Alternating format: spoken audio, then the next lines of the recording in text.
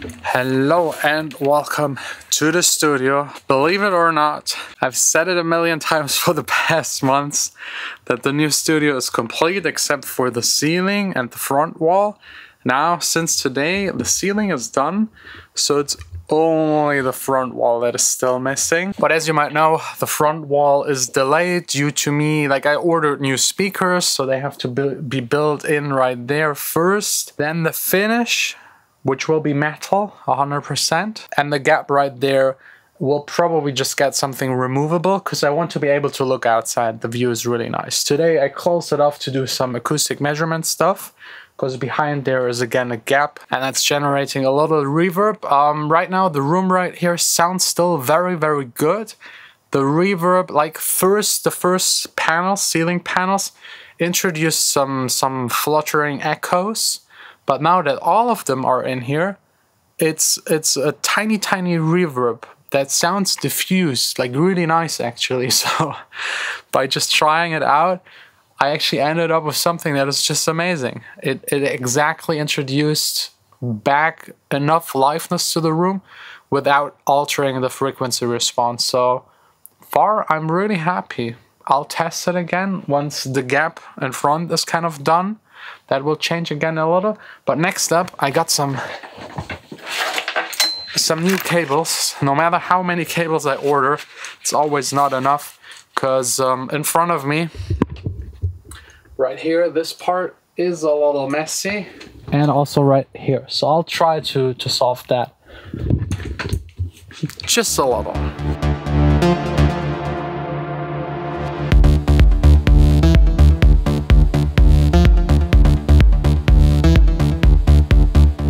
That's kind of solved. I got now 5 synthesizers: Jupiter, DX7, the Moog, Korg M1, and the OB6 is downstairs for the live setup.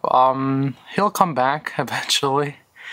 And yeah, all of them to the patch bay. I can now patch all of them, for example, to the delay. I can patch all of them to a tape machine and back. I can put any effect on there. I can patch, I don't know, the Jupiter X sound through the patch bay into the filters of the Moog. Like, you can go totally crazy with a very versatile setup like this. So I think for the next hour, just playing around with synthesizers a little. I don't know, I love sitting here making sounds, saving them, and then eventually when I make a song, using them.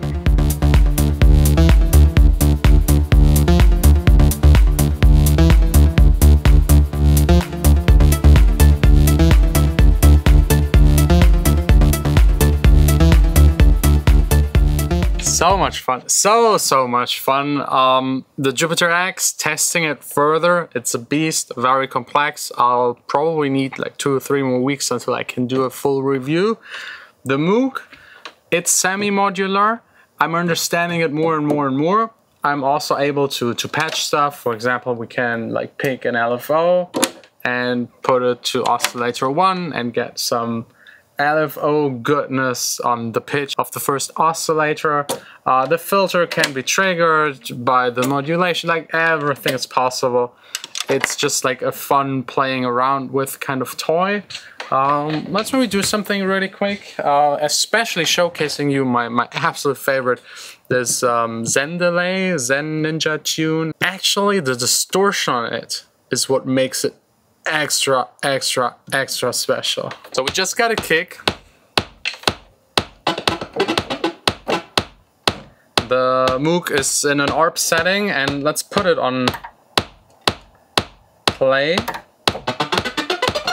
And maybe also on hold, so I have free hands.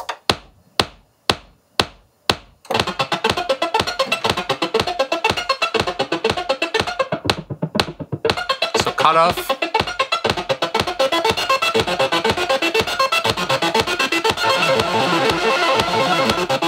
That's already nasty. Sounds a little like Stranger Things. And then the Zen delay.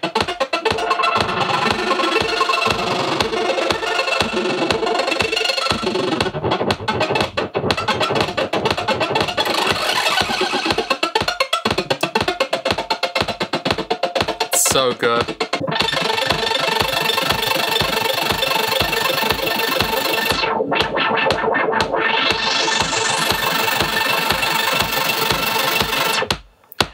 thinking about also implementing it live.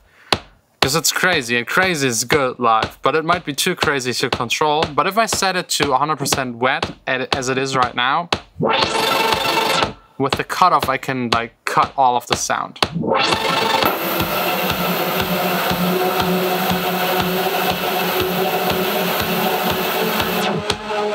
It's fun. A lot of fun. Whew. I love these toys. Like, making music with them, so much fun. By the way, like always when I do this kind of stuff, so it's not wasted time, especially with the Moog, since it's modular, I always record. Like everything I've done, I've recorded. And sometimes there's a snippet in there that just inspires me to build up on and make an entire song. So that's a really nice new approach that I have with all of these toys, because a lot of people ask me why. And the main reason is it's like a different way of starting songs, a different approach to music making that I highly, highly, highly enjoy. It's like me as a little kid having my first tape recorder and a mic and just recording random stuff, and this way kind of discover stuff that you wouldn't otherwise. Like what I've just done, yes, 90% sounds like shit, but the 10% that do not sound like shit, I would never ever get otherwise. So I think that's enough justification to maybe buy some more. I like Andy was on eBay, he showed me something. There's like a Jupiter 8 and Jupiter 6 in like one synth. I won't say which one it is, because otherwise people will get it before me and take it away from me, because it's very, very rare. We haven't found one on eBay, we haven't found one on any other website that is available for sale, but they're not that expensive. If you can get one, you should. So I'm trying to get one, and then I'll share with you what it is, how it works, if it's worth it. Whew. But enough playing around. I need to do some taxes stuff and some email stuff, some like the usual business stuff, and then picking up my favorite person.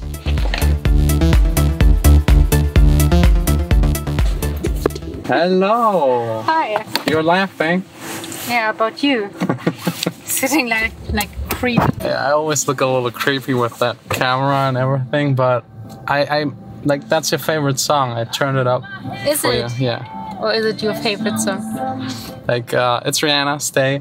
That's the song that I'm learning to sing. Non-stop. Yes.